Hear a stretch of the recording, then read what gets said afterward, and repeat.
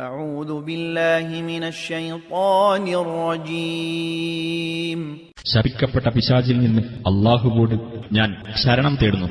وإذ قال لقمان لابنه وهو يعظه يا بني لا تشرك بالله إن الشرك لظلم عظيم. ലുഖ്മാൻ തന്റെ മകന് സതുപദേശം നൽകിക്കൊണ്ടിരിക്കെ അവനോട് ഇപ്രകാരം പറഞ്ഞ സന്ദർഭം ശ്രദ്ധേയമാകുന്നു.